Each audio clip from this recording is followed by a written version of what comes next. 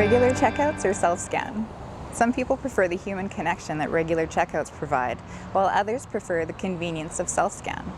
I thought I'd hit the streets today to see what people in Vernon are saying. I prefer the regular checkouts over the self-checkouts. Is it because you like talking to a person? Yes, because all of us need that human contact.